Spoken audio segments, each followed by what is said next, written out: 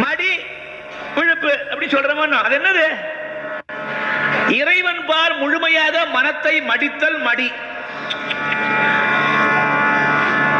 இந்த உலகம் நம்மை ஏமாற்றிவிடும் என்று நினைத்துக் கொண்டு அதை விழித்து பார்த்துட்டே இருக்கணும். அதுதான் விழிப்பு. உலகம் நம்ம ஏமாற்றக்கூடாது, உலகத்தின் பால் விழிப்பு இருக்கணும். இது நம்மளை ஏமாத்துறோம் கூட வராது, அதுதான் விழிப்பு.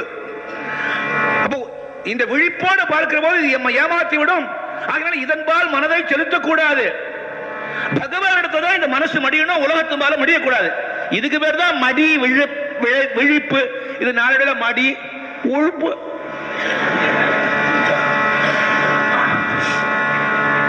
என்ன குறிச்சு மாத்திட்டார்? மாத்தலையே.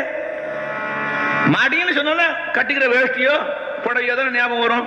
அதுக்கு பேர் என்ன? பொதுவான பேர் என்ன? துணி.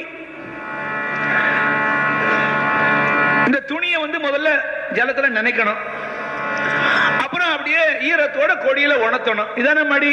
கொஞ்சம் நல்லா பண்ணி பாருங்க. துணிய நினைச்சு மடி, துணிய நினைத்து மடி. யாருக்கும் பயப்படாத பகவான நினைக்கிற போது துணிந்து நினைக்கணும். துணிய நினைத்து உன் உள்ளத்தை இறைவன் பால் மடி. அதுக்கு பேர் தான் மடி. அப்படி சொல்றவன் மேல படவே படாது. என்ன மகா தீட்டவன் மேல பட்டா.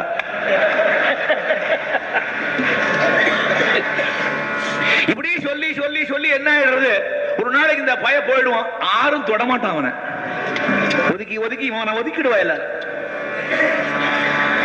ஹிருதயம் சுத்தமா இருந்துடுத்து, மனசு சுத்தமா இருந்துடுத்து, அவனை காட்டணும் மடி கட்டினவன் லோகத்துல கிடையாது.